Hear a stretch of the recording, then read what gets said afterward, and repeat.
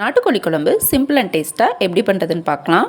குக்கரில் 2 table spoon oil heat பண்ணிவிட்டு சின்ன துண்டு பட்டை, 2 கிராம்பு, கொஞ்சமாக சோம்பு, கல்பாசி சேர்த்துருங்க. ஒரு பச்சை மிளகாய், ஒரு மீடியம் சைஸ் பெரிய வெங்காயம், 2 தக்காளி பொடியாக கட் பண்ணிவிட்டு கொஞ்சமாக உப்பு சேர்த்து நல்லா வதக்கிடுங்க. வெங்காயம் தக்காளி நல்லா வதங்கினதும் 1.5 டேபிள் ஸ்பூன் இஞ்சி பூண்டு பேஸ்ட்டு சேர்த்துருங்க. இப்போது இதில் 1/2 கிலோ அளவுக்கு சிக்கனை நல்லா வாஷ் பண்ணிவிட்டு உள்ளே சேர்த்துருங்க. சிக்கனுக்கு தேவையான அளவுக்கு உப்பு, 1/2 டீஸ்பூன் மஞ்சள் தூள் சேர்த்து நல்லா வதக்கிடுங்க. 2 நிமிஷம் நல்லா வதங்கினதும் இப்போ இதில் 1.5 டேபிள் ஸ்பூன் குழம்பு மிளகாய் தூள், 1 ஸ்பூன் சிக்கன் மசாலா சேர்த்து நல்லா மிக்ஸ் பண்ணிவிடுங்க.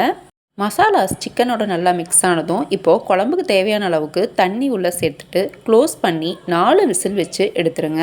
10 நிமிஷத்துக்கு அப்புறம் ஓப்பன் பண்ணி பார்த்தீங்கன்னா சிக்கன் சூப்பராக குக் ஆகிருக்கு. குழம்பு இன்னும் கொஞ்சம் திக்காக வேணுங்கிறதுக்காக இன்னொரு 10 நிமிஷம் ஹை ஃப்ளேமில் குக் பண்ணுங்கள். ஃபைனலாக 1 டீஸ்பூன் மிளகுத்தூள், கொஞ்சமாக கருவேப்பிலை சேர்த்திங்கன்னா சூப்பர் அண்ட் டேஸ்டி சிக்கன் குழம்பு ரெடி. நீங்களும் ட்ரை பண்ணி பார்த்துட்டு பிடிச்சிருந்தா லைக், ஷேர் அண்ட் சப்ஸ்கிரைப் பண்ணுங்கள். தேங்க்யூ.